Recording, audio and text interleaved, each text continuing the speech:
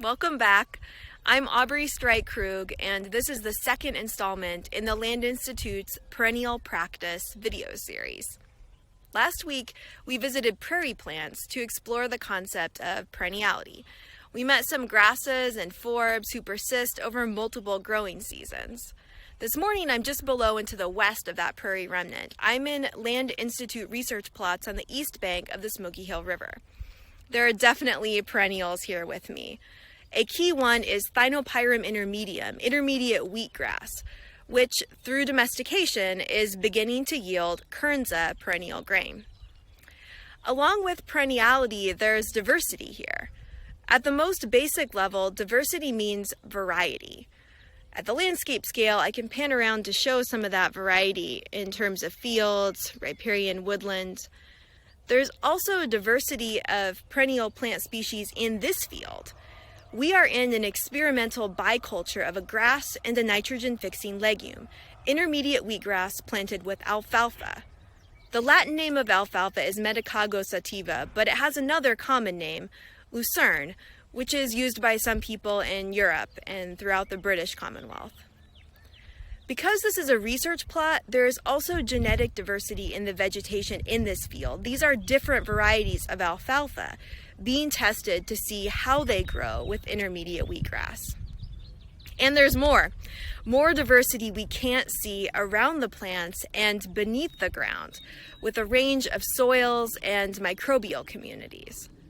So much interacting variety can feel chaotic, even overwhelming. That's where patterns come in. Patterns are repeated motifs, recurring forms and processes. Last week I mentioned how the enduring ecosystems found across this planet have been, in terms of plants, mostly perennial. Those ecosystems have also been diverse, containing variety at many scales. Before we can appreciate and act on the value of diverse patterns for perennial agroecosystems, however, we first have to see them. So let's practice at the scale we can see with human eyes. And by the way, if sight isn't your strong suit, please know that you can adapt this practice. For example, you could observe with your hands or ears instead of your eyes. I learned a version of this exercise from Craig Holdridge at the Nature Institute in upstate New York. Craig has a group of people choose different leaves from a single tree. That might be a great option for you in your place. Here, I like leaves of grass, so that's what I'll demonstrate. First, close your eyes and picture your generic image of a leaf. What do you see in your mind? Just take a mental note. Then open your eyes and select a real single leaf to observe. Look for a few minutes. Look for longer than feels comfortable. I encourage you to stick with this past the point where your brain tells you it's bored.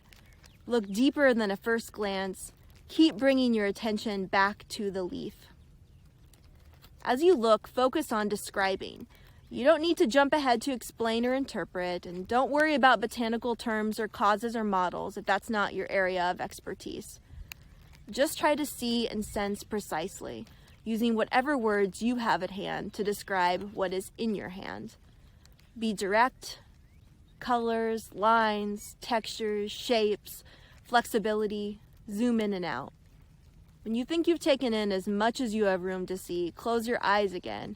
Try to picture your leaf exactly. Where can you see details? Where is blank or fuzzy? Repeat this process. Look again. Close your eyes again. You might look away from your leaf and draw it from memory as accurately as you can.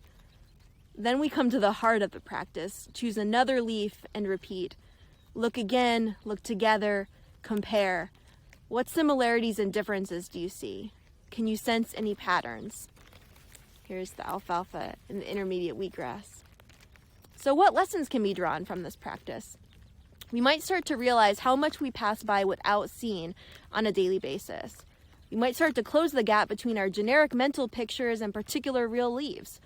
We might start to see the rich variability in just one species. We might start trying to sort that variability into patterns. We might start to see a little more like someone beginning their training in the art and science of selecting plants for breeding and domestication. Finally, I'd like to share a quotation that's inspired my practice. This is from the Canadian ecologist Don Gayton in his 1990 book, The Wheatgrass Mechanism. I wish that title was a reference to this particular species, intermediate wheatgrass. It's not. As you might have guessed, Gayton is tuned into western wheatgrass, a native forage grass on the plains. Gayton also closely observes many other species over and over again as he works to discern patterns. He writes, "Somewhere in our cluttered human awareness, there is a receptor for these patterns, telling us quietly that they need to be looked upon. This receptor is placed deep in conventional consciousness. It scans for lines of assemblage, patterns of rock, assemblages of vegetation. Now that many of these natural patterns are nearly extinct, we begin to see that they do fulfill a basic human need, one that is critical to a sense of peace and a sense of place. Patterns cannot be cheapened or destroyed by study, by faint hearts or bad agendas, yes, but not by deeper understanding." Thanks again for joining me today. The Land Institute's research community is studying many diverse patterns in order to more deeply understand how to build perennial agricultures. I hope this plot and practice help you connect with our work. Please share your experience and let us know what you noticed and learned. I'll see you next week when we will be following some roots.